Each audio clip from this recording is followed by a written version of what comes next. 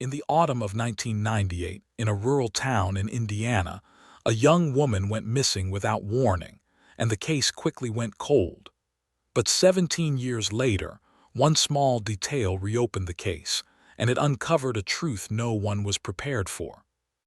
The town of Crestwood, Indiana, was a deeply quiet, highly insulated farming community surrounded by endless miles of golden cornfields and dense, old-growth forests. It was the kind of peaceful Midwestern town where generations of families lived on the exact same streets, where everyone attended the same autumn harvest festivals, and where the most exciting news usually involved a high school football game. It was a place where people felt entirely safe leaving their front doors unlocked and their keys in the ignition of their trucks. At the very center of this tight-knit community lived a beautiful, 24-year-old woman named Nora Hale. Nora was widely considered the bright, beating heart of Crestwood. She had a warm, infectious smile and a deeply compassionate soul that naturally drew people toward her. She spent her days working as an administrative assistant at the local elementary school, and she spent her weekends volunteering at the community church, organizing massive clothing drives and filing donated records to help families in need. She was incredibly organized, deeply observant, and fiercely loyal to the people she loved. But the person Nora loved more than anyone else in the entire world was a quiet, hardworking young man named Caleb. Caleb and Nora had been completely inseparable since they were teenagers. Caleb was a local mechanic with grease permanently stained into his hands and a gentle, incredibly patient demeanor. He worshipped the ground Nora walked on. He had spent 2 years quietly saving every extra dollar he earned at the repair shop just to buy her a beautiful, modest diamond ring. When he finally proposed on a snowy evening in 1997, Nora had wept with pure joy. They spent the entire next year meticulously planning their perfect wedding. They did not want a massive, expensive spectacle. They just wanted to celebrate their profound, unshakable love surrounded by their closest friends and family. The night before the wedding was filled with a warm, chaotic, beautiful energy inside Nora's childhood home. Nora had chosen to wear her mother's vintage ivory wedding dress. It was a stunning, heavily detailed gown with delicate lace sleeves and a long, sweeping train. But because the dress was nearly 30 years old, the intricate stitching had begun to slightly fray. Late that evening, as the rest of the house finally went to sleep, Nora, her mother, and Caleb sat together in the quiet living room. Several tiny, decorative pearl buttons that lined the left shoulder of the dress had come dangerously loose. Nora's mother had failing eyesight, and her hands shook too much to handle the tiny needle. So Caleb stepped in. He was a mechanic used to working with massive steel engine blocks, but he possessed incredibly steady hands. He sat on the living room floor, carefully threading a thick, heavy white thread through the tiny eye of the needle. For nearly an hour, Caleb sat with his future bride, meticulously, carefully sewing every single pearl button firmly back onto the left shoulder of the vintage gown. He tied a very specific, heavy double knot behind each button to ensure they would never fall off during the wedding reception. It was an incredibly intimate, deeply beautiful moment. Caleb memorized exactly how the pearls looked against the ivory fabric. He memorized the heavy, deliberate stitches he had made to protect the dress. The next afternoon, on a crisp, beautiful Saturday in late October of 1998, Nora and Caleb were officially married in the small community church. Nora looked absolutely breathtaking in the vintage gown. The autumn sunlight streamed through the stained glass windows, illuminating the delicate pearl buttons on her left shoulder. Caleb stood at the altar, his eyes completely overflowing with heavy, joyful tears as she walked down the aisle. The reception was held at the local community center. It was a massive, joyous celebration filled with loud music, warm laughter, and hours of dancing. As the evening slowly wound down, Nora and Caleb completely believed that the hardest days of their lives were entirely behind them. They were finally husband and wife. At exactly 9 o'clock that night, they waved goodbye to their cheering families, climbed into Caleb's decorated sedan, and drove away from the brightly lit community center. They had rented a small, deeply isolated, romantic log cabin situated on a quiet lake about 20 miles outside of town for their wedding night. The drive was incredibly peaceful. The heavy, dark Indiana night was completely silent, the road illuminated only by the bright sweep of the headlights. Nora sat in the passenger seat, still wearing her full, heavy wedding gown. She leaned her head against Caleb's shoulder, humming softly to the quiet music playing on the radio.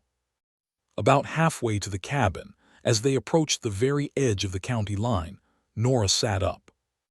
She mentioned that she was feeling incredibly thirsty from all the dancing at the reception. She asked Caleb to pull into a small, brightly lit neighborhood convenience store sitting alone at a quiet rural intersection. She just wanted to buy a couple of bottles of cold water before they reached the isolated cabin. Caleb smiled, turned the steering wheel, and pulled the sedan into the empty, brightly lit parking lot. He put the car in park and left the engine running to keep the heater blowing in the crisp autumn air. Nora opened the passenger door. She left her small, white beaded purse sitting directly on the passenger seat. Her beautiful wedding bouquet was resting safely in the back seat. She didn't need her wallet. She simply grabbed a crumpled $5 bill from the center console. "I'll only be a minute," Nora smiled, her eyes shining brightly in the dashboard lights. "Don't fall asleep on me." She closed the heavy car door, gathered the long, sweeping train of her ivory wedding dress into her arms, and walked calmly toward the bright glass doors of the convenience store. Caleb leaned back against the headrest, watching his beautiful new wife walk inside.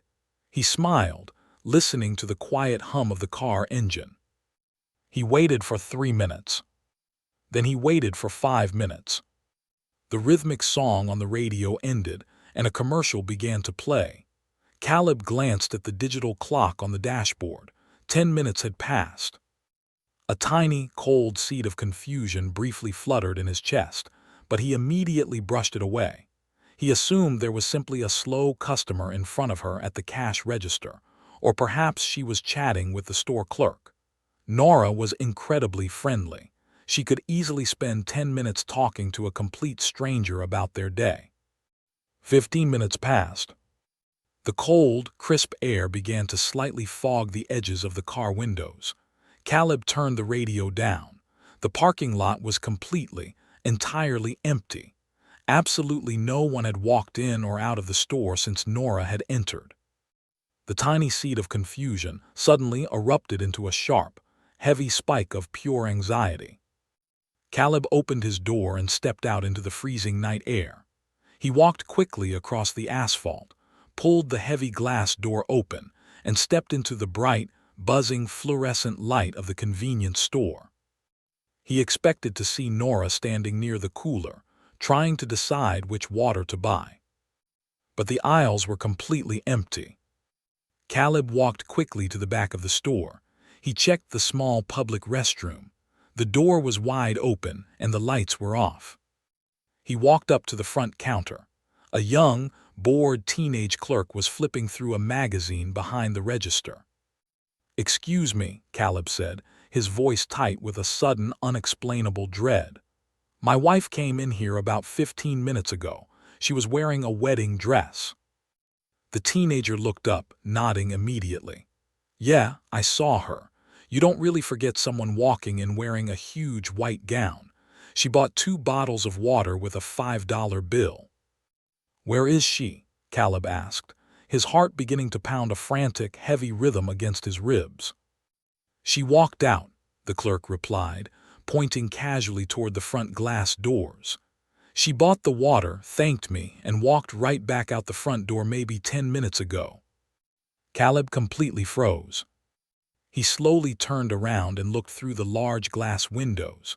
His car was sitting directly under the bright parking lot lights. The passenger door was closed. The parking lot was entirely deserted. Nora was completely gone. Caleb burst out of the glass doors in a blind, absolute panic. He ran wildly around the side of the brick building, checking the dark, terrifying shadows near the heavy metal dumpsters. He sprinted toward the edge of the dark highway, screaming her name into the freezing, empty night. Nora! His voice tore violently through the silent rural intersection, echoing loudly against the dark tree line. There was absolutely no answer. The heavy, suffocating silence of the Indiana night completely swallowed his screams. A 24-year-old woman wearing a massive, highly visible ivory wedding gown had walked out of a brightly lit store and entirely vanished into thin air in a matter of seconds. Before we continue, if this story has kept you watching, please subscribe. Your support truly means a lot to us. Caleb ran back inside the store, his face completely pale, his hands shaking with a massive, terrifying violence. He grabbed the heavy plastic telephone from the front counter and dialed 911.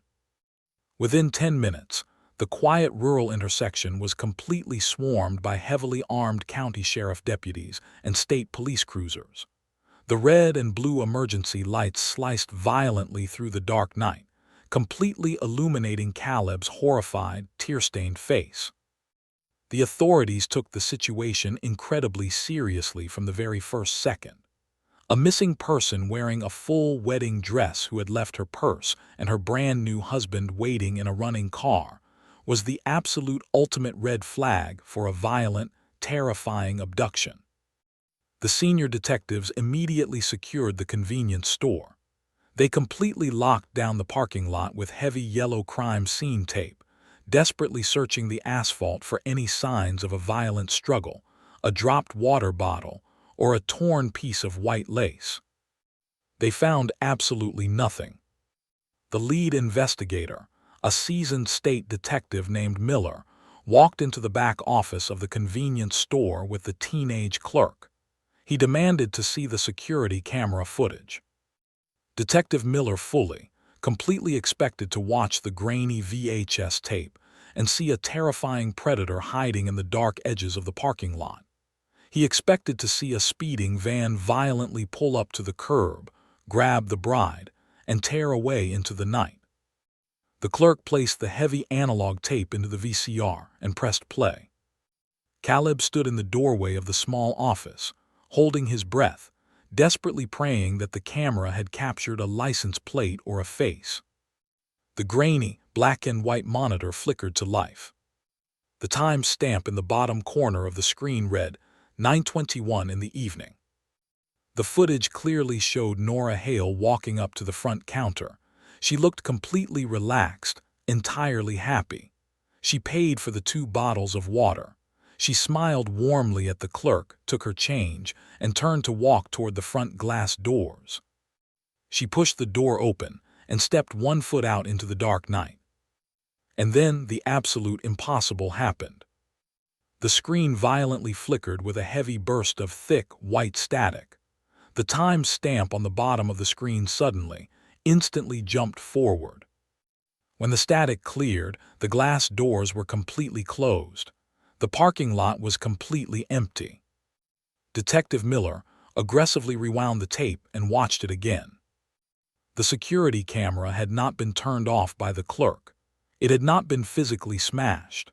But exactly as Nora stepped through the threshold of the store, the heavy analog recording system had mysteriously, completely skipped. Exactly 90 seconds of footage were entirely, permanently missing from the tape.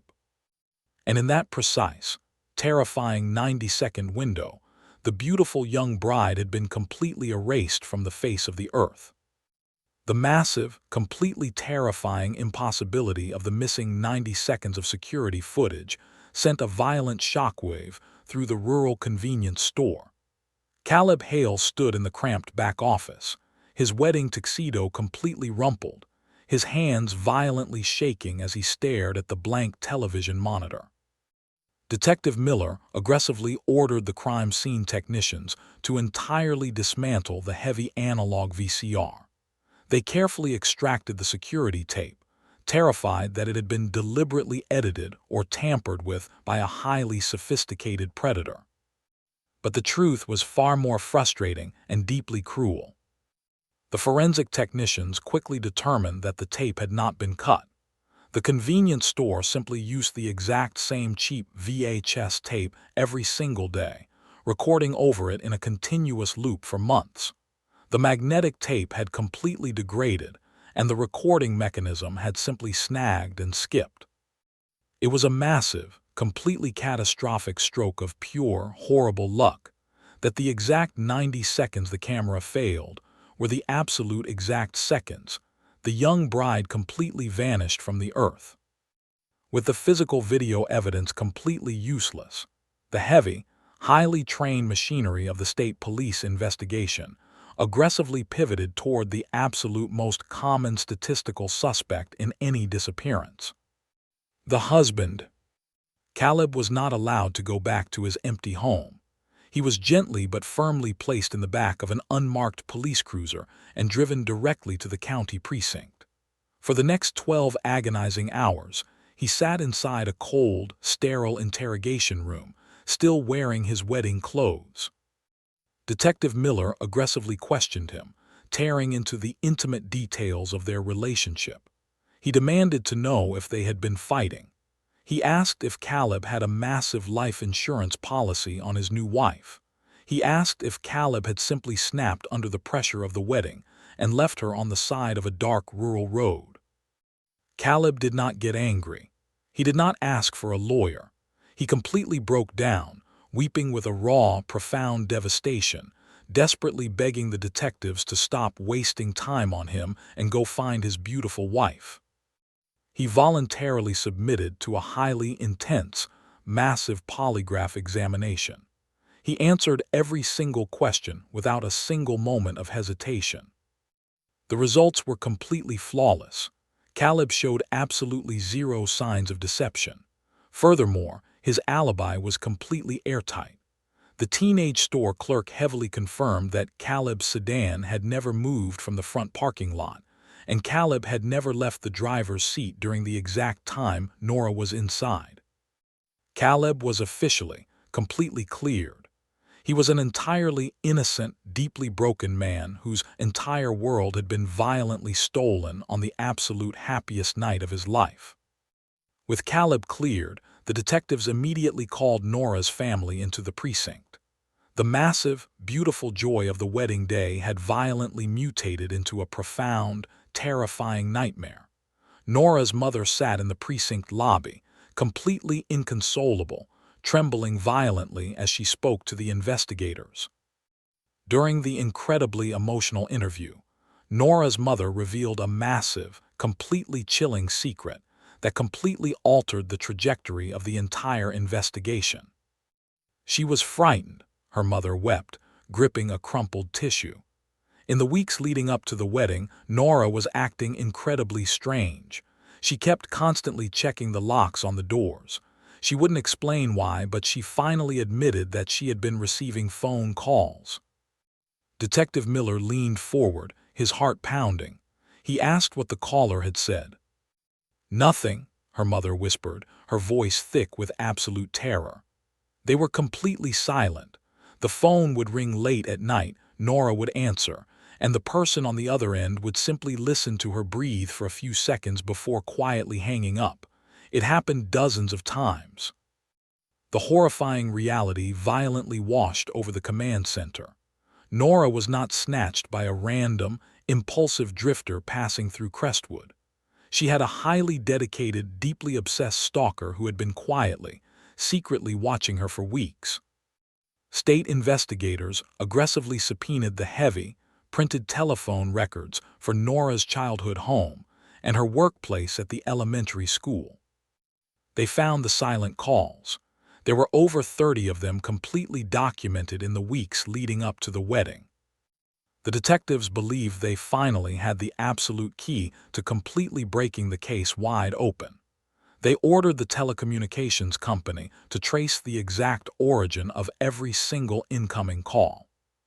But when the trace results were finally printed and handed to Detective Miller, the massive, desperate hope was completely, violently crushed. The phantom stalker was incredibly intelligent. The calls did not originate from a single residential house or a traceable cellular phone. Every single silent phone call had been completely placed from random, outdoor public payphones, and they were not just in Crestwood. The massive geographic map completely baffled the investigators. The stalker had driven across 3 completely different, widely spread neighboring counties just to make the phone calls. They used a payphone outside a bowling alley in one county, a rural gas station 30 miles away the next night, and a dark truck stop completely across the state line 2 days later. The heavy, suffocating trail was absolutely impossible to follow. The stalker was highly mobile, completely untraceable, and entirely committed to remaining an invisible ghost.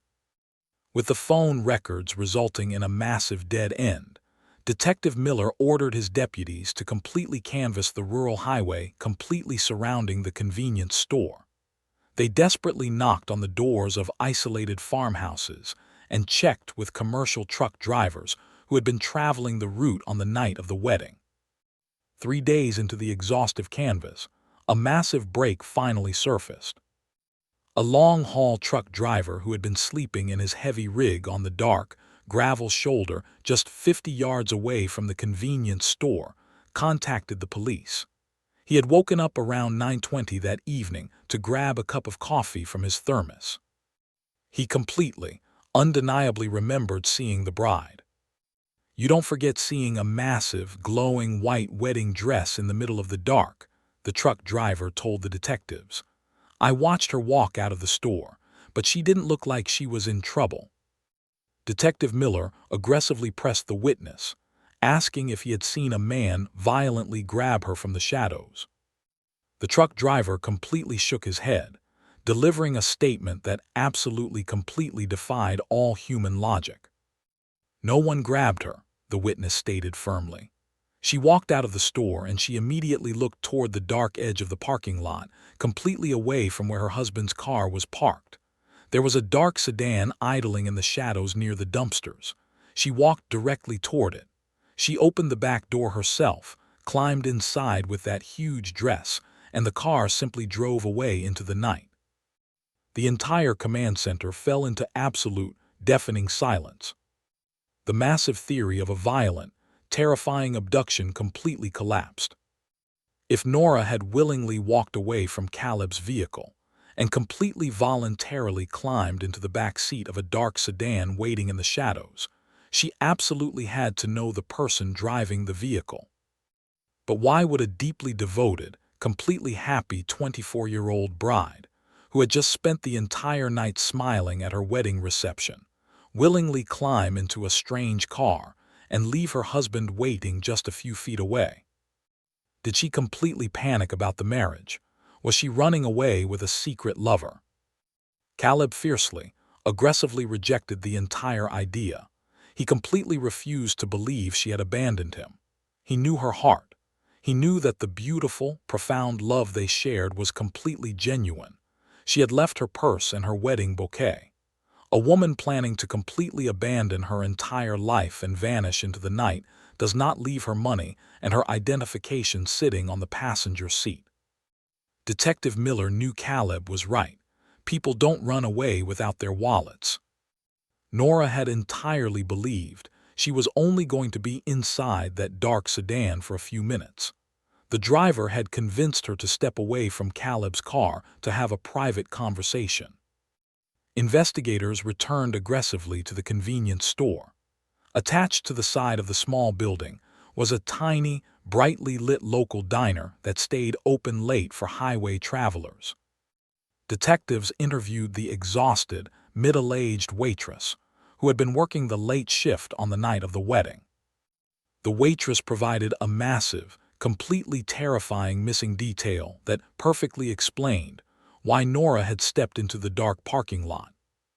"The bride came into the convenience side to buy water," the waitress explained, her hands trembling as she remembered the night. "But there's a glass partition between the store and the diner. She looked through the glass and she completely froze." Detective Miller leaned forward, his heart pounding. What did she see?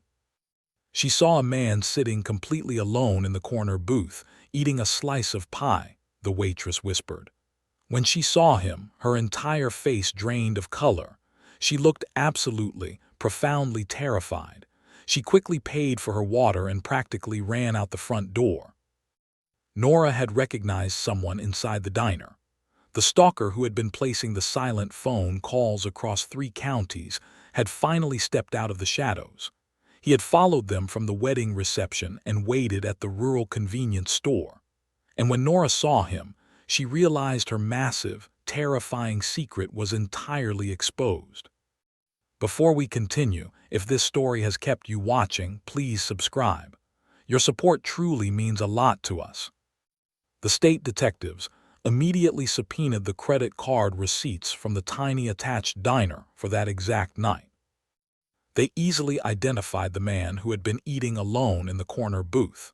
His name was Arthur Vance. He was a deeply quiet, highly solitary man in his late 40s who lived in a neighboring town and worked as a local delivery driver. Heavily armed state tactical teams aggressively surrounded Arthur's small, isolated house. They kicked the front door open, securing the man and violently dragging him directly into the interrogation room at the county precinct. Caleb stood in the dark observation room, his hands pressed fiercely against the two-way glass, staring with absolute, burning hatred at the man who had completely terrified his beautiful wife. He was entirely convinced they had finally caught the monster.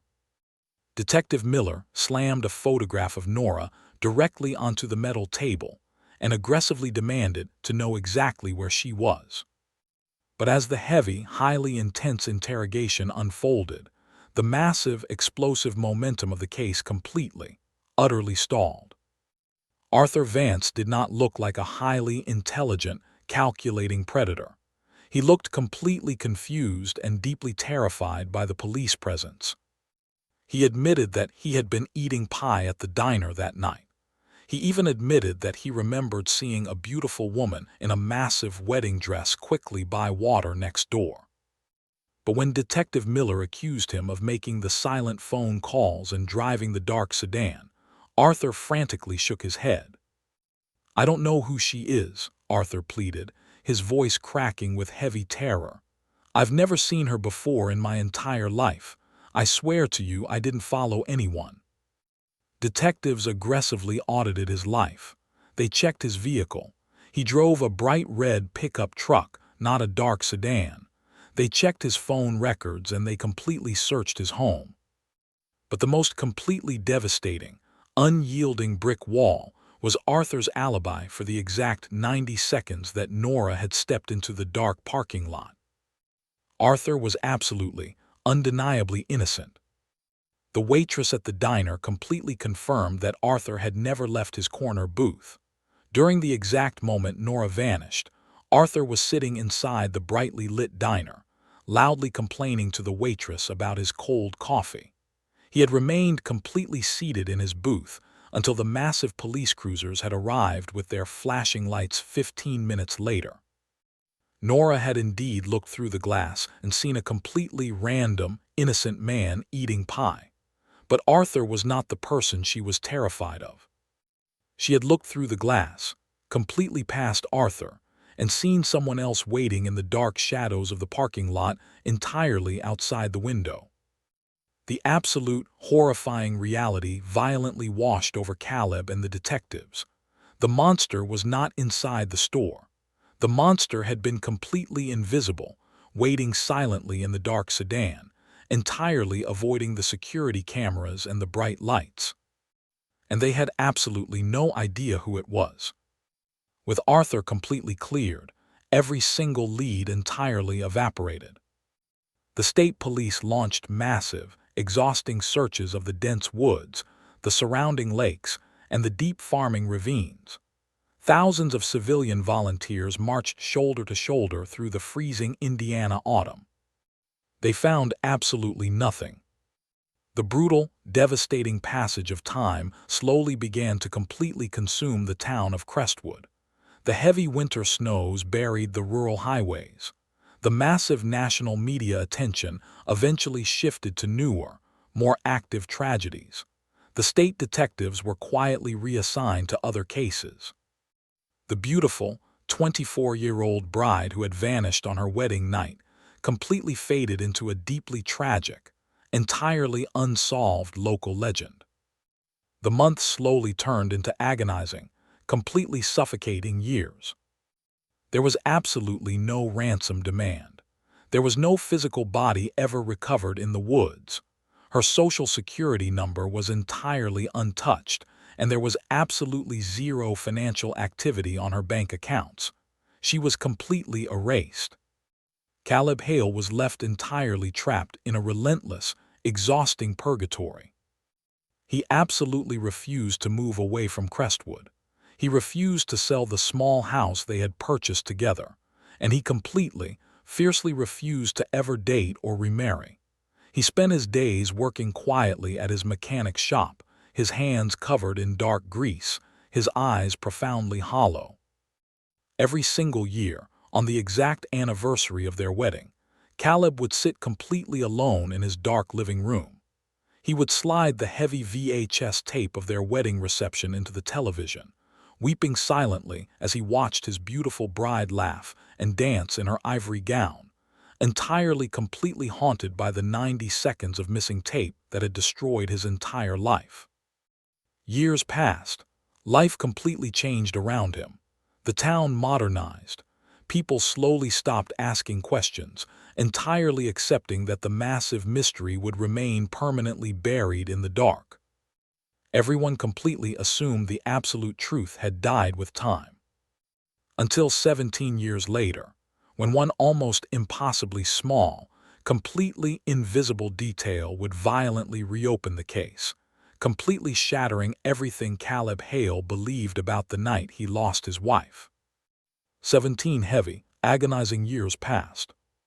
The world completely modernized, leaving the analog era of 1998 entirely behind. The small town of Crestwood continued to grow, the gravel roads were paved, and the massive, dense cornfields slowly gave way to new suburban neighborhoods. Almost everyone in the town had completely accepted that the tragic disappearance of Nora Hale was an unsolved, permanent mystery. Caleb Hale was now a deeply weathered man in his early 40s. His dark hair was heavily streaked with gray, and his hands were permanently calloused from years of silent, exhausting work at his mechanic's shop. He had survived the 2 decades of suffocating grief by completely freezing his heart. He never dated. He never moved away. He simply existed as a quiet, solitary ghost in the very town where his beautiful life had been violently stolen. But on a warm, sunny Saturday afternoon in the late spring of 2015, the massive, impenetrable wall of the 17-year-old mystery completely, violently collapsed. And it happened because of something almost impossibly small. Caleb was attending a high school graduation party for his older sister's daughter, his niece. The party was held in a bright, crowded suburban backyard filled with laughing teenagers, colorful balloons, and loud music. Caleb stood quietly near the edge of the patio, holding a plastic cup of water, watching the beautiful family completely move forward with their lives. Near the back of the wooden patio, his sister had set up a massive, highly detailed family memory board covered in dozens of framed photographs spanning several decades. Caleb slowly walked over to the board. Hanging right in the center was a beautifully framed, highly enlarged photograph from Caleb and Nora's wedding day. His sister had recently taken the original 35mm camera negative to a professional photography studio to have it massively enlarged and digitally enhanced for the family display. The image was incredibly sharp, entirely completely clear. It showed Nora smiling brightly in her vintage ivory wedding gown, standing next to Caleb outside the community church. Caleb stared at the beautiful face of his missing wife, a heavy, familiar ache completely filling his chest. He reached out and gently touched the glass of the frame. His eyes slowly traced the intricate, delicate lace of her vintage dress, drifting down to the left shoulder. And then Caleb completely stopped breathing. He leaned incredibly close to the framed photograph, his heart suddenly pounding a frantic, deafening rhythm against his ribs. He squinted at the massive, high-resolution image, entirely unable to comprehend what his eyes were seeing. Running down the left shoulder of the dress was the row of tiny, decorative pearl buttons. But the third button from the top was wrong. It was a tiny, microscopic detail that absolutely no police detective, no forensic photographer, and no crime scene technician could have ever possibly noticed. But Caleb knew every single millimeter of that left shoulder. He had sat on the living room floor the night before the wedding. He had carefully, meticulously sewed every single one of those vintage pearls onto the fragile lace. He had used a very thick, heavy white mechanic's thread, tying a highly distinct, heavy double knot to completely secure them. The button in the enlarged photograph was slightly different in shape. It had a completely different glossy sheen than the authentic vintage pearls, and the stitching holding it to the lace was a thin, delicate, standard sewing thread. That button was absolutely not there when they walked out of the church. Someone had replaced it. A massive, explosive surge of pure adrenaline violently washed completely over Caleb. His hands began to shake with a massive, uncontrollable intensity. He practically tore the framed photograph off the corkboard, completely ignoring the confused stares of his family members, and sprinted directly out to his truck. He drove aggressively back to his quiet, empty house. 10 years ago, when the massive state investigation had officially gone entirely cold, the state police had released the physical evidence back to the family. Caleb had taken the massive, heavy preservation box containing Nora's ivory wedding dress and placed it securely in his attic, entirely unable to bear looking at it. He violently pulled down the attic stairs and tore open the heavy cedar chest. He broke the protective seal on the preservation box and pulled the heavy ivory gown out into the bright light of his living room. His hands were trembling so violently he could barely hold the fabric. He immediately checked the left shoulder. The physical reality completely matched the photograph. Every single pearl button was authentic vintage, secured with Caleb's heavy double knots. Except for the third button. It was a cheap, modern plastic replacement, perfectly sewn into the delicate vintage lace. The entire psychological profile of the 17-year-old case instantly shattered. Someone had physically altered the wedding dress completely after Nora had vanished. Caleb grabbed the heavy dress, threw it into his truck, and drove at 90 miles an hour directly to the state police headquarters. He burst through the heavy glass doors and aggressively demanded to speak to Detective Miller. The veteran detective was now heavily aged, completely gray, and just months away from his official retirement. When Caleb slammed the heavy dress and the enlarged photograph onto the detective's desk, explaining the massive impossibility of the button, Miller completely froze.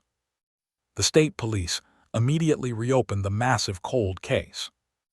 They aggressively rushed the ivory gown to the highly advanced state textile and forensic laboratory. The expert technicians placed the cheap replacement button under a massive electron microscope, heavily analyzing the specific chemical composite of the plastic and the exact manufacturing mold of the pearl sheen. 48 hours later, the lead textile expert called Detective Miller and Caleb into the sterile laboratory. The expert delivered a massive, terrifying timeline contradiction that completely defied absolutely all human logic. This specific plastic composite and the artificial pearl coating on this replacement button did not exist in 1998, the expert stated firmly. We traced the exact manufacturing mold. This specific style of button was absolutely not manufactured or sold anywhere in the United States until the spring of the year 2000. The entire room fell into absolute, deafening silence. The replacement button had been sewn onto the dress, nearly 2 full years after Nora Hale had completely vanished from the convenience store. "That is physically impossible," Caleb whispered, his mind completely reeling. The dress was locked inside a highly secure police evidence locker for 7 years. How could someone possibly sew a brand new button onto it? Detective Miller's face turned completely pale. He immediately realized the massive, terrifying implications. If the dress had been physically altered with a future item, the massive security of the state police precinct had been completely, systematically breached. Miller aggressively tore into the heavily archived, deeply restricted physical evidence logs from the year 2000. He spent hours meticulously scanning the heavy, signed paper logs, documenting exactly who had accessed the evidence room. He found a massive, completely chilling entry. In November of the year 2000, Nora's wedding dress had been officially checked out of the highly secure evidence locker for a period of exactly 48 hours. The official reason listed on the log was a secondary trace fiber re-examination. After 2 days, the dress had been quietly checked back into the locker.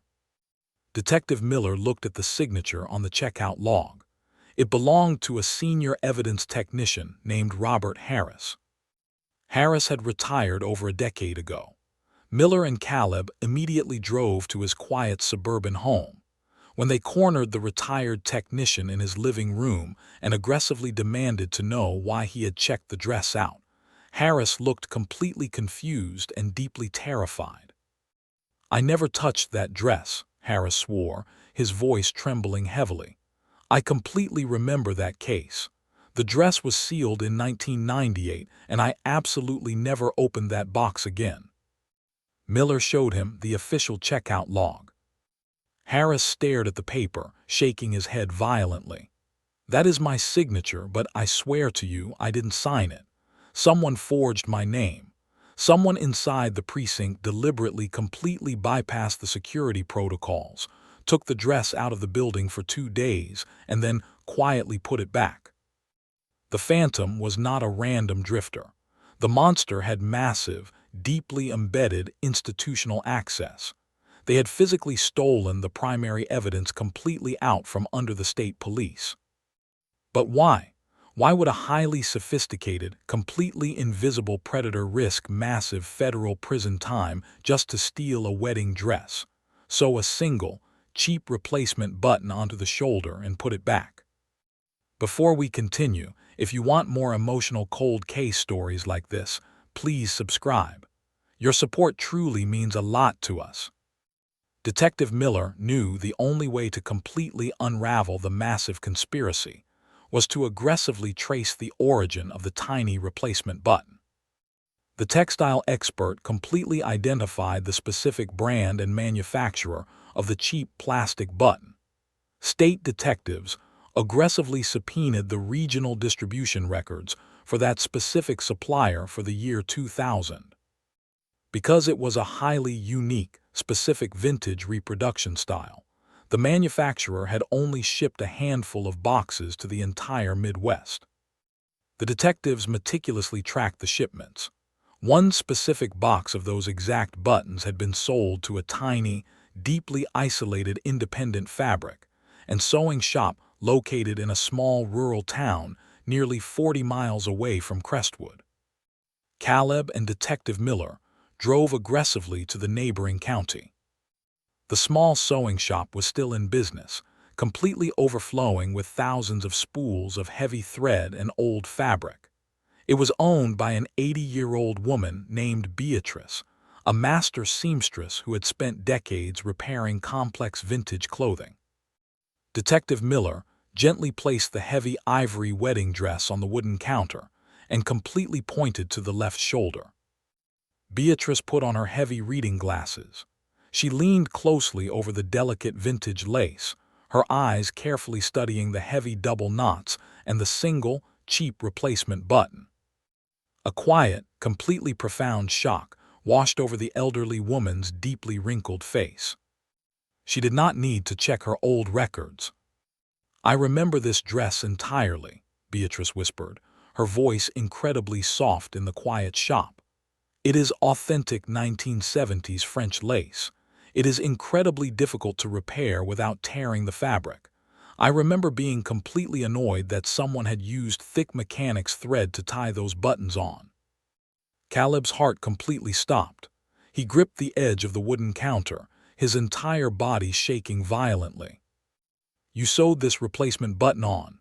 Detective Miller asked, his voice entirely breathless. "Yes, I did," Beatrice replied calmly.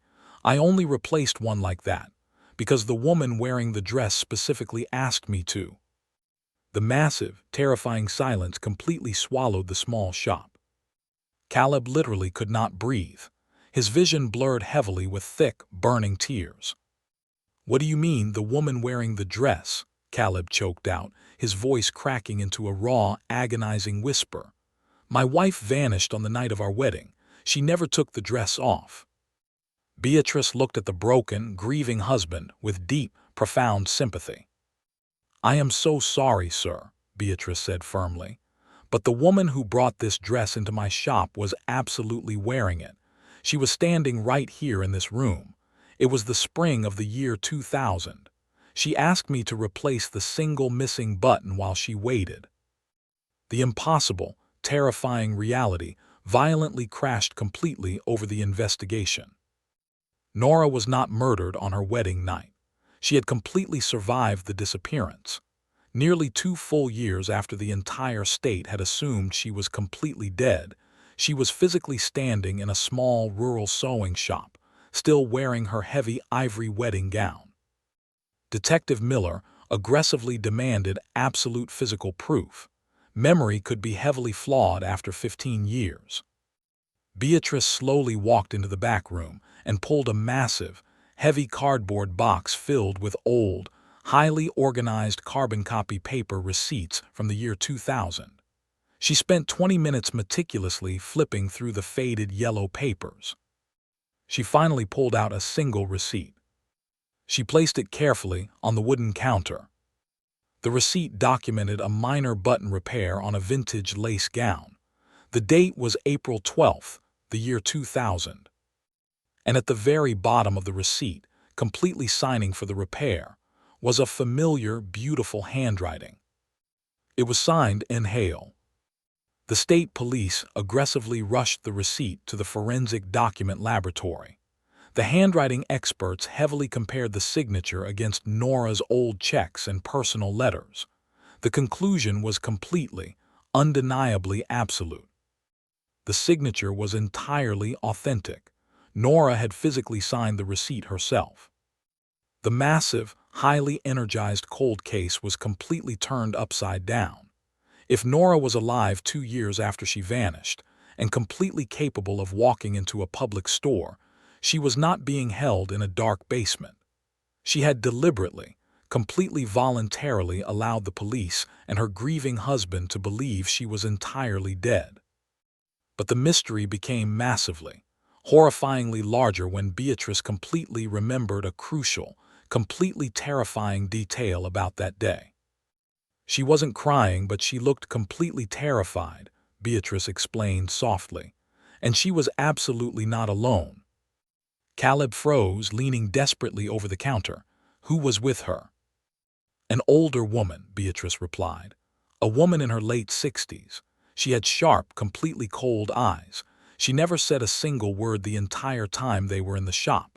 She stood directly behind your wife, entirely watching her every single move. And when the repair was finished, the older woman paid me in pure cash. Neither of them gave me a phone number or a home address. They simply walked out the door and completely vanished down the street." The phantom in the dark sedan from the wedding night finally had a physical description. The stalker who had placed the silent phone calls across 3 counties was not a violent man. It was an older, completely silent woman who had entirely orchestrated a massive, highly complex disappearance, and she had somehow convinced Nora to completely abandon the love of her life. But exactly who was she? And why had they risked completely exposing themselves just to repair a single, tiny button on a wedding dress.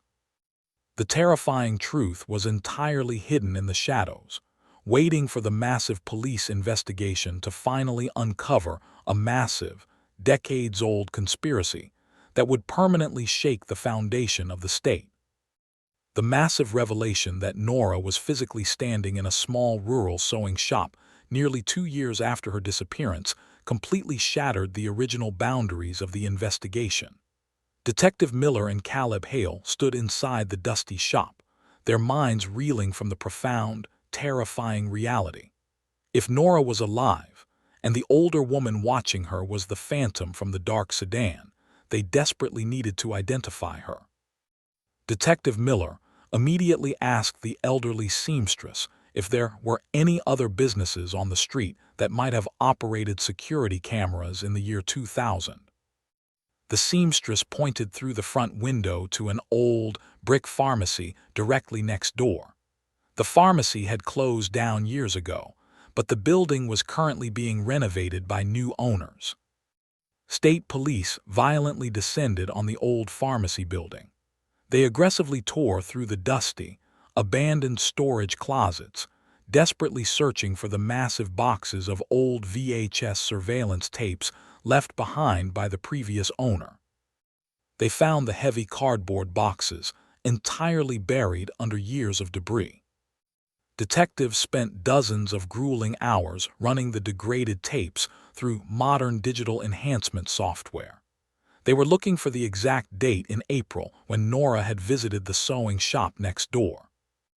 They finally recovered a highly degraded, black and white surveillance photograph that completely captured the sidewalk outside the pharmacy. In the grainy image, Nora was clearly visible, walking carefully to protect her heavy ivory wedding dress. And walking directly behind her, holding her tightly by the upper arm, was an older woman with short gray hair and a deeply sharp, incredibly cold expression. But when Detective Miller checked the time stamp on the bottom of the video, he realized exactly why the photograph had been completely overlooked if any local police had ever searched the area. The digital clock on the pharmacy camera had experienced a severe power outage years earlier. The date was incorrectly flashing as 1996. Because the digital timestamp was completely wrong, the tape had been entirely dismissed. With the older woman's face finally isolated and completely enhanced, the massive facial recognition software of the state police went to work. Within hours, the computer delivered a massive, undeniable hit. The older woman in the photograph was named Martha Higgins. She lived in a deeply isolated, heavily wooded property completely off the main rural highways in a neighboring county. Heavily armed tactical teams aggressively drove to the property, completely expecting to finally rescue Nora. They violently breached the front door of the dark, silent house. But the house was completely empty. A thick layer of heavy dust covered the furniture. Detective Miller quickly contacted the local county records department. The terrifying reality violently washed over the command center. Martha Higgins had died of completely natural causes nearly 7 years ago, entirely taking her massive secrets to the grave. But as the detectives aggressively audited the deceased woman's background, they discovered a completely baffling, horrifying identity theft.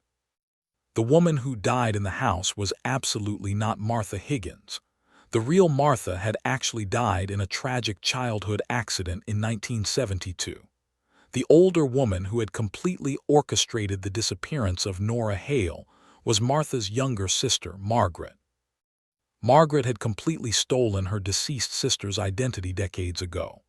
She had lived completely off the federal grid, holding no official bank accounts, paying her property taxes in pure cash, and operating entirely as an invisible ghost.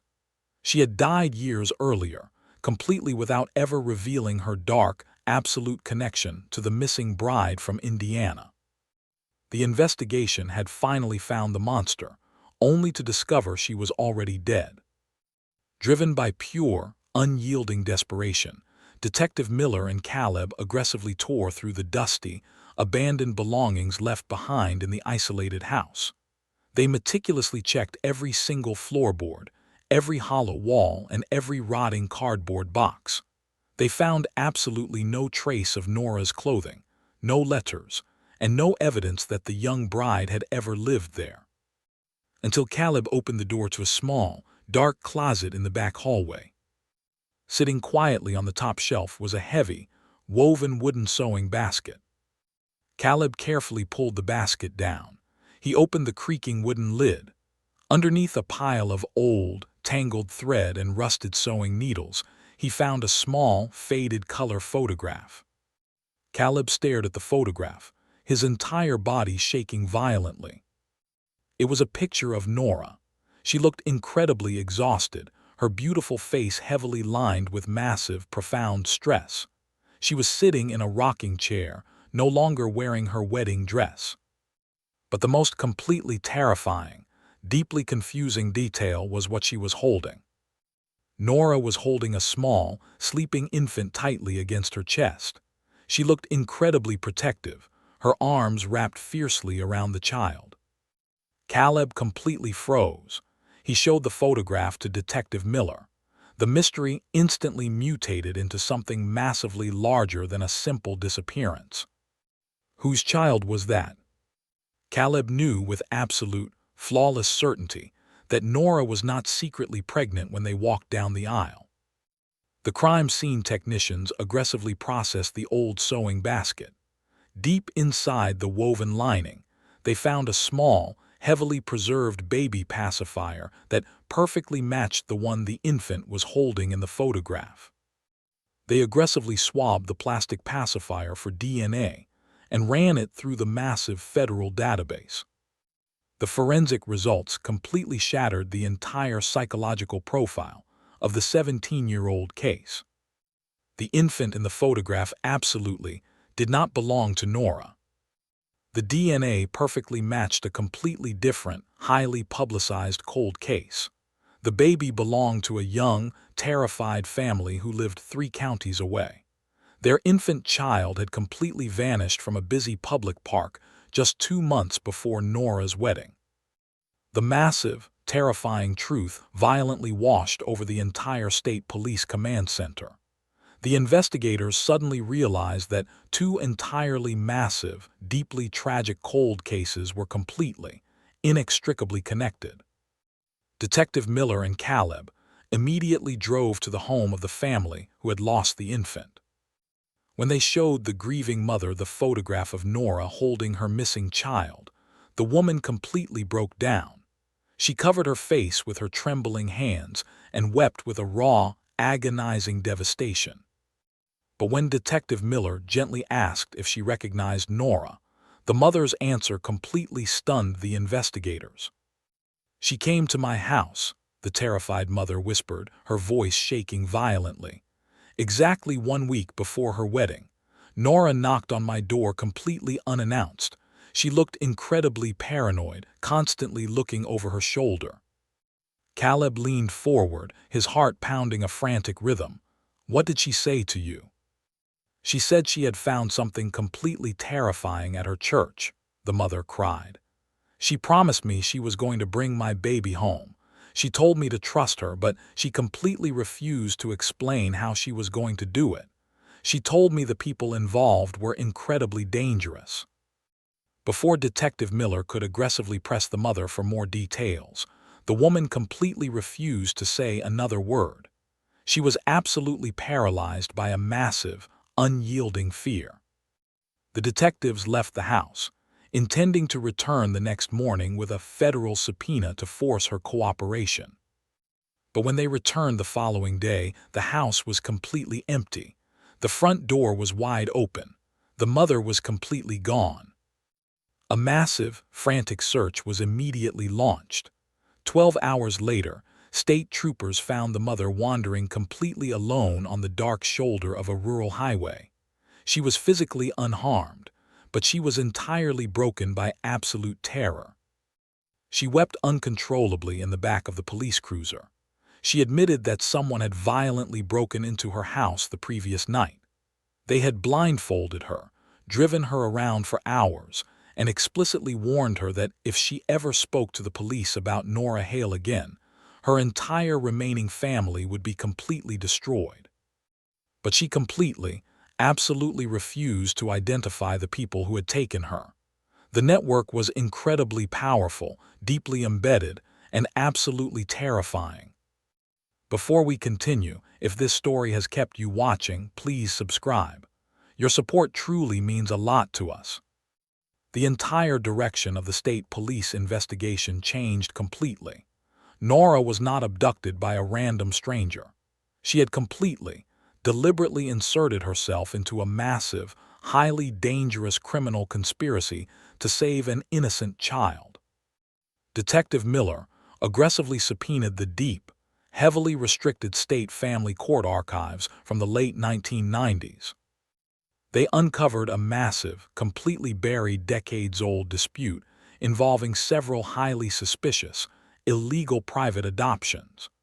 Dozens of infants from vulnerable, low-income families had completely vanished, only to be secretly placed with wealthy, powerful families completely outside the legal system. And the person who had entirely orchestrated the massive, highly illegal adoption network was a highly respected, deeply trusted local community volunteer who had operated completely out of Nora's own community church. That volunteer had died in a severe car accident years earlier. Everyone in the state government completely believed that the massive, terrifying secrets of the illegal adoptions had permanently died with her. They absolutely didn't. Because Nora Hale was incredibly organized and deeply dedicated to her volunteer work. Just days before her wedding, Nora had been sitting entirely alone in the dusty basement of the community church, organizing heavy cardboard boxes of donated clothing and old community outreach records. While sorting through the boxes, she had accidentally uncovered the hidden, highly detailed ledgers documenting the illegal adoptions.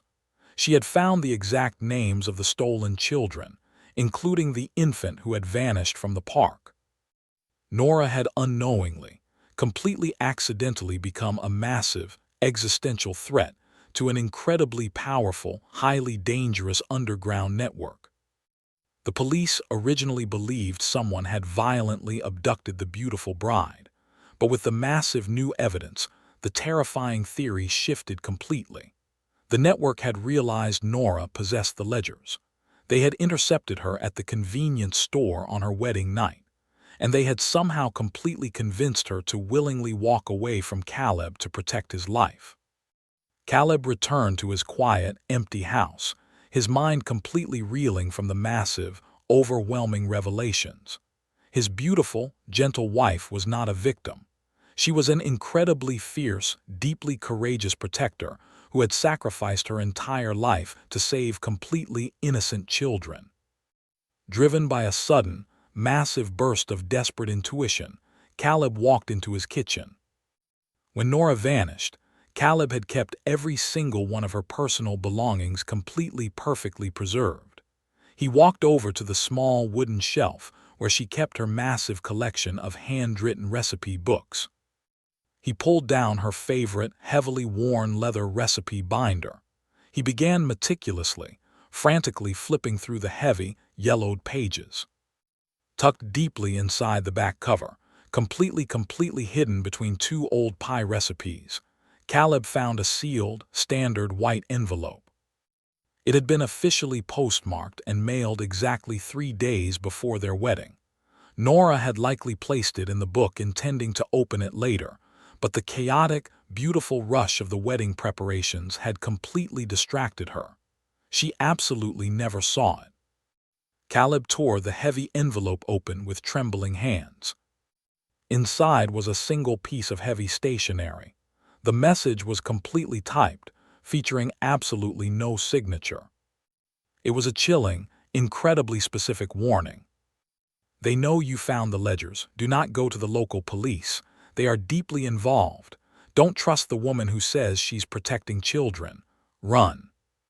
The massive, terrifying warning completely shattered Caleb's heart.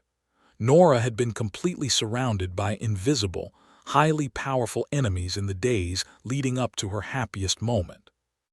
Detective Miller immediately rushed the typed letter to the forensic document laboratory. The technicians aggressively analyzed the heavy stationery and the specific ink impressions left by the typewriter keys. They successfully traced the exact make and model of the typewriter. After a massive cross-reference with old municipal employment records, they traced the machine directly to a retired county social worker named Helen. Heavily armed state police arrived at the retired social worker's suburban home. Helen was a deeply exhausted woman in her late 70s. When Detective Miller showed her the typed warning letter, she completely broke down. She admitted that she had typed the letter. "I was a social worker for 30 years, Helen wept, her hands trembling violently. "I knew the illegal adoptions were happening. I suspected the community volunteer at the church was completely orchestrating it. But the network was entirely too powerful. I was terrified for my own life. I mailed dozens of those anonymous warnings to anyone I suspected was getting entirely too close to the truth." Helen explained that she completely used the local phone book to mail the warnings anonymously. She absolutely never knew exactly who received them, and she never knew Nora Hale had found the ledgers. But a massive, highly energized subpoena of the newly digitized 19-year-old regional telephone routing records revealed a completely terrifying, deeply heartbreaking contradiction.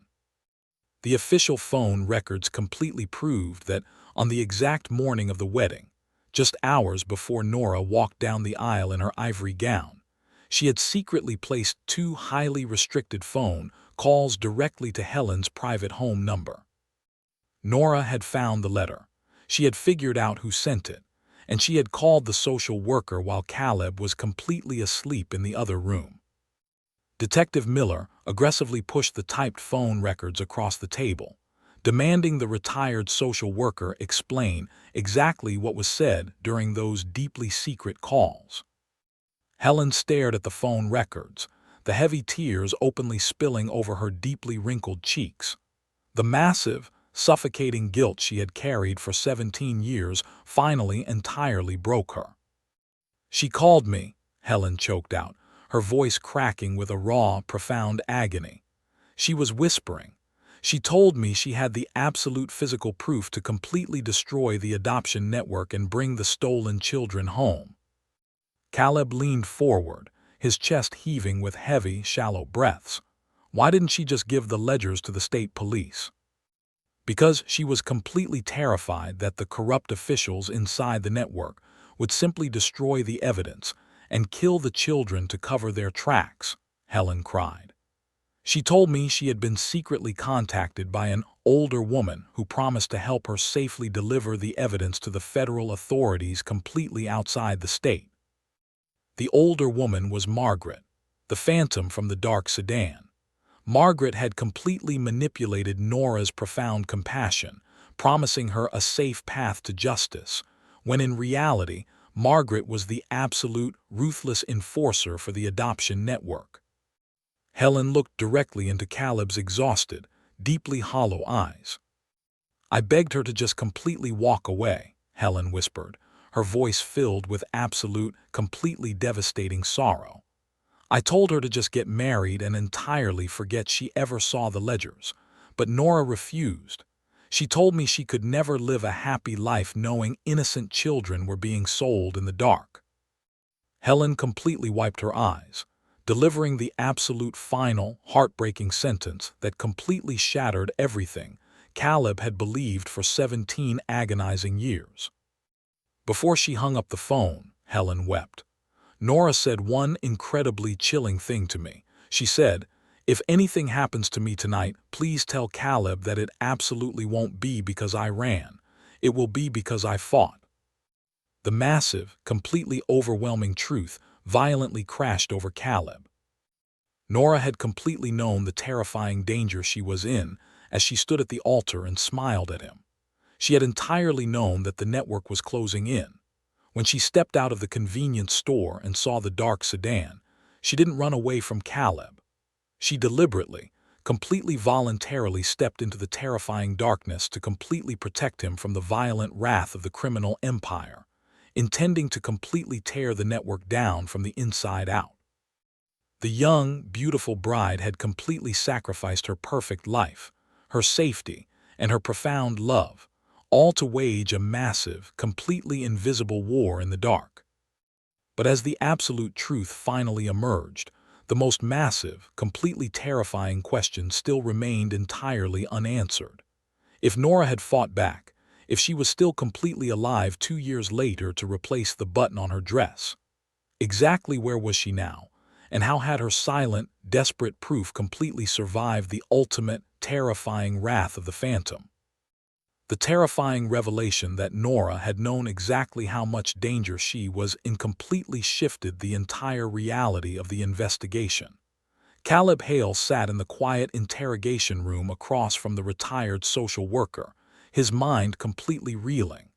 His beautiful, gentle wife had not been a helpless victim.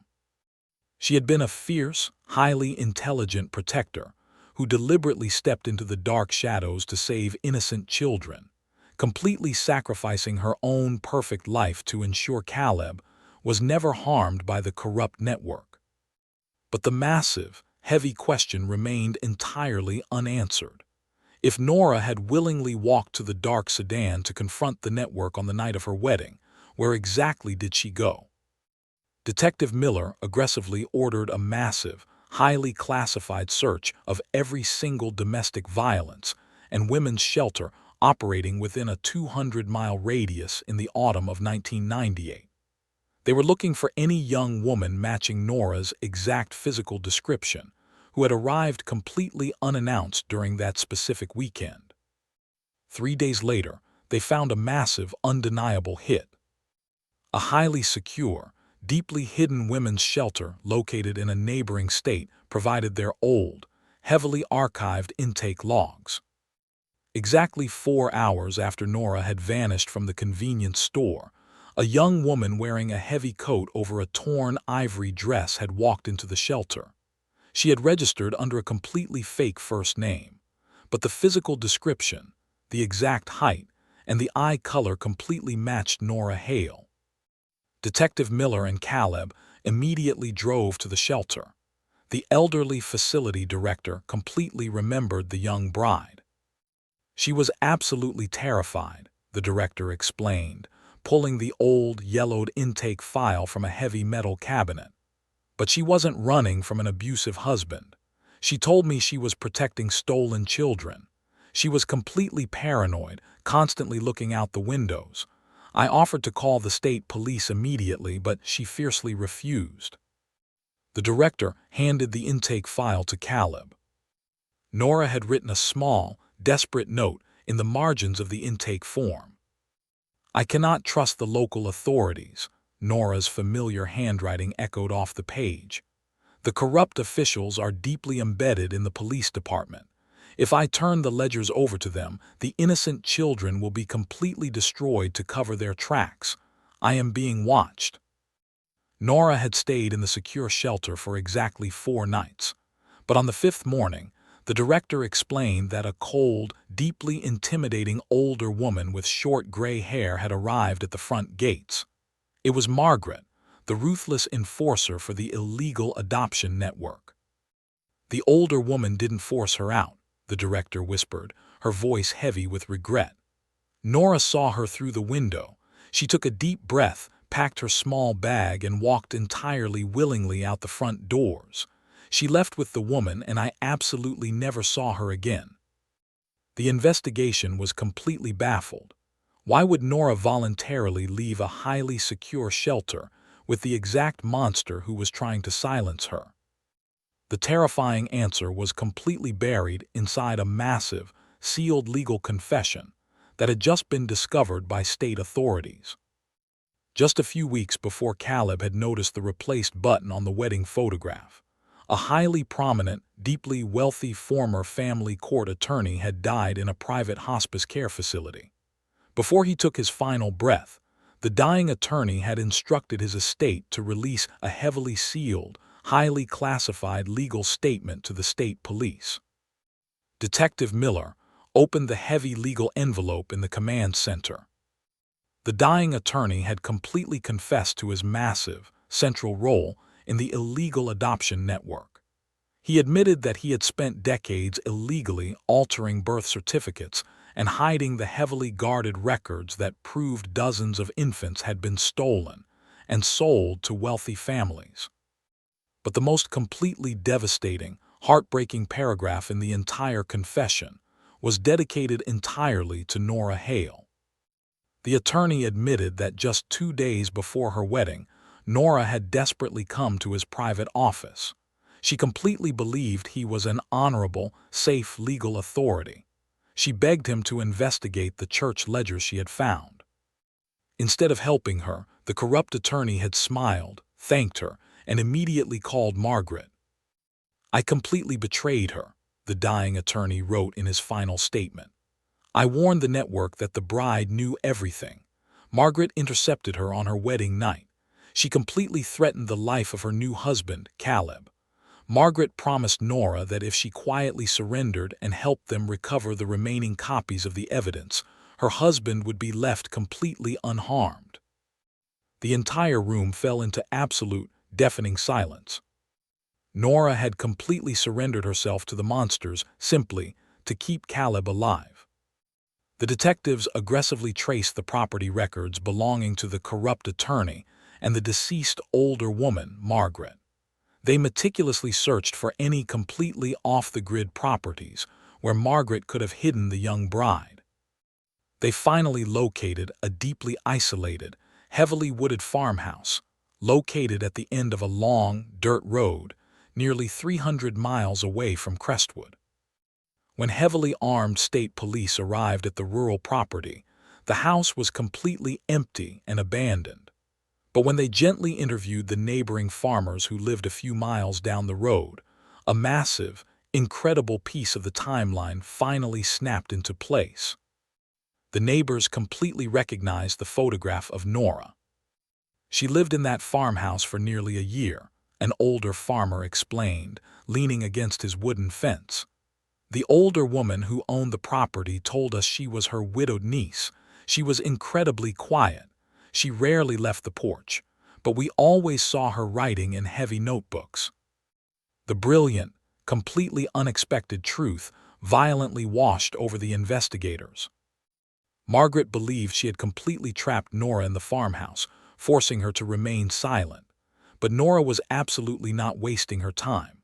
For nearly an entire year, while living as a captive in the remote farmhouse, Nora had secretly, meticulously gathered massive amounts of undeniable evidence against the network. She had listened to Margaret's phone calls.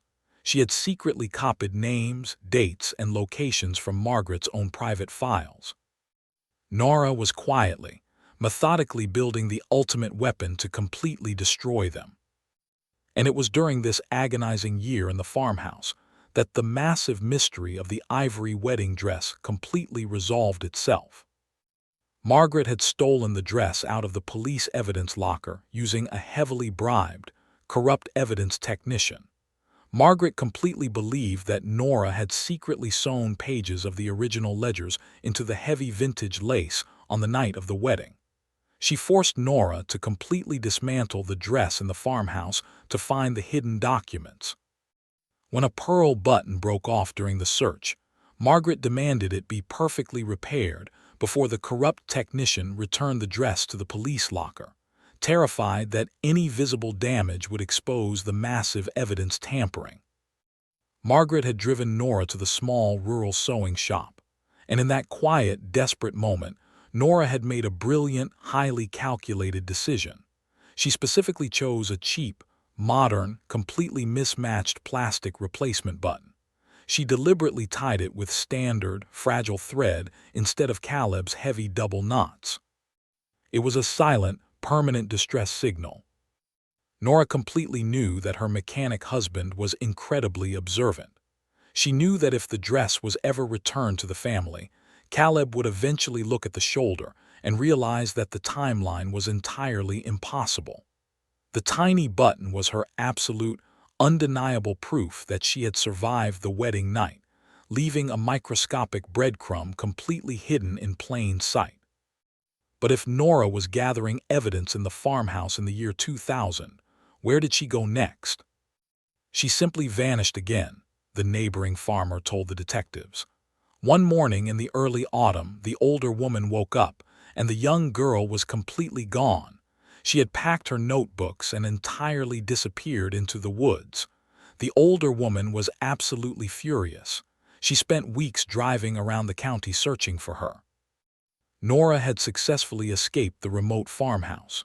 She had outsmarted her captor, taking the massive, highly detailed files documenting the illegal adoption network with her.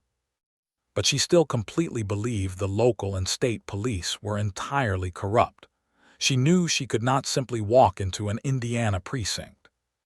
Detective Miller realized there was absolutely only one place, a brilliant, desperate woman with massive evidence of a multi-state criminal conspiracy would go. He immediately contacted the Federal Bureau of Investigation. Miller and Caleb drove directly to the massive federal building in the state capitol. They were escorted into a highly secure, heavily guarded conference room. A senior FBI director walked into the room carrying a thick, heavily sealed, highly classified federal archive box. The director looked at Caleb with a profound, deeply overwhelming respect. "Your wife was an incredibly brave, profoundly heroic woman, Mr. Hale," the federal director said quietly, placing the heavy box on the table.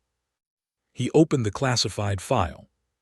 The federal records completely confirmed the final, absolute truth. After successfully escaping the farmhouse, Nora had completely bypassed the corrupt local authorities. She had traveled completely across the country, walking directly into a heavily guarded federal courthouse. She had handed federal prosecutors massive, completely undeniable ledgers detailing exactly how the illegal adoption network operated, including the names of the corrupt attorneys, social workers, and police officers involved. Because the network was incredibly dangerous, the federal government had immediately placed Nora into the highly classified Federal Witness Protection Program. Nora was officially designated as a protected confidential witness. She was given a completely new identity, a new social security number, and relocated to a safe house in a different state. She had signed documents agreeing to testify in a massive, closed-door federal grand jury trial that was going to completely dismantle the adoption network and send dozens of powerful people to federal prison. Caleb leaned forward, his heart pounding a frantic, deafening rhythm. His eyes filled with massive, beautiful tears of pure hope. If she was in witness protection, she was alive. The trial was over. The network had been destroyed. He could finally see her. "Where is she?" Caleb whispered, his voice cracking entirely. "Please, I just want to bring my wife home." The heavy, suffocating silence completely swallowed the secure conference room. The senior FBI director slowly looked down at the table. He closed his eyes, taking a deep, heavy breath. "I am so incredibly sorry, Caleb," the director whispered, his voice thick with a raw, profound devastation. The director gently pushed the final, heavily sealed federal document across the table. It was a highly classified accident report. Just 3 weeks before the massive federal trial was scheduled to officially begin, Nora was traveling under her new, temporary identity on a deeply isolated, rain-slicked highway. She was entirely alone in the vehicle. It was a completely random, entirely tragic act of fate. One of her tires had suffered a massive blowout at highway speeds. The vehicle had violently hydroplaned, completely losing control on the wet asphalt, and struck a heavy concrete barrier. The crash was entirely catastrophic. Nora had died instantly at the scene, It was a completely accidental, single-vehicle collision. There was absolutely no foul play involved. But because she was legally traveling under a completely brand new identity, and the massive federal investigation into the adoption network was entirely classified and sealed, the local police who responded to the crash had absolutely no idea who she really was. Her death was processed under the fake name. The federal government, desperate to protect the highly sensitive, ongoing takedown of the massive criminal empire, had quietly buried the details and permanently sealed the confidential witness file. Because of the heavy, impenetrable walls of federal secrecy, absolutely no one ever connected the tragic highway crash in another state to the young bride who had vanished from an Indiana convenience store. Caleb sat in the heavy leather chair, entirely completely paralyzed. The massive, devastating reality completely shattered his soul. He had spent 17 agonizing years aggressively searching the dark woods, desperately hoping to bring his beautiful wife home. But he had unknowingly been searching for a woman who was already gone. Her final, absolute act on this earth had not been running away from him. It had been fighting a massive, terrifying war to protect innocent families she had never even met. Caleb completely broke down. He buried his face in his large, calloused hands, weeping with a massive, uncontrollable agony that echoed heavily through the quiet federal building. The 19 years of suffocating purgatory were finally over, but the emotional cost was entirely unmeasurable. A few months later, the massive, classified federal files were officially unsealed for the public. The absolute truth of Nora Hale's incredible, heroic sacrifice completely captivated the entire country. Based entirely on the meticulous, highly detailed ledgers Nora had secretly gathered in the farmhouse, the federal government had successfully dismantled the entire illegal adoption network. The corrupt attorneys, the rogue state officials, and the facilitators who had stolen completely innocent children were heavily indicted and sentenced to massive terms in federal prison. Because of Nora's bravery, dozens of stolen children were safely located and beautifully, tearfully reunited with their true biological families. The state of Indiana formally, publicly apologized to Caleb Hale. They completely restored Nora's real name, officially updating the tragic accident records. Caleb traveled to the quiet, sunlit cemetery in the neighboring state where the federal government had buried her under the temporary name. He arranged for a beautiful, profoundly moving memorial service, surrounded by the families whose children she had successfully saved. He had her remains carefully brought back to Crestwood. He laid his beautiful bride to rest in the soft green earth of her hometown, placing a stunning, heavy marble headstone over her grave that finally, permanently declared her true name to the world. The tragic, incredibly powerful story of the bride who vanished on her wedding night stands as a chilling reminder of how deeply corrupt systems can completely destroy the innocent. It proves that the most terrifying monsters are often the powerful people who hide comfortably behind trusted titles, completely willing to shatter lives to protect their own greed. But far more importantly, it remains an immortal, incredibly beautiful testament to the absolute, unyielding power of true courage. A 24-year-old woman completely gave up her perfect life, her safety, and her profound love to entirely protect the vulnerable. She walked willingly into the terrifying darkness because she completely believed that innocent children deserved to live in the light. And the single, cheap plastic button entirely proved that love can never be completely erased. It was a tiny, microscopic beacon of hope, sewn into vintage lace by a desperate woman who completely trusted that the man she loved would eventually recognize her silent plea. It became the one tiny detail that successfully tore down an empire, brought long overdue justice to the broken, and finally allowed a grieving, exhausted husband to fully understand that the absolute love of his life had been fighting desperately to come back to him all along.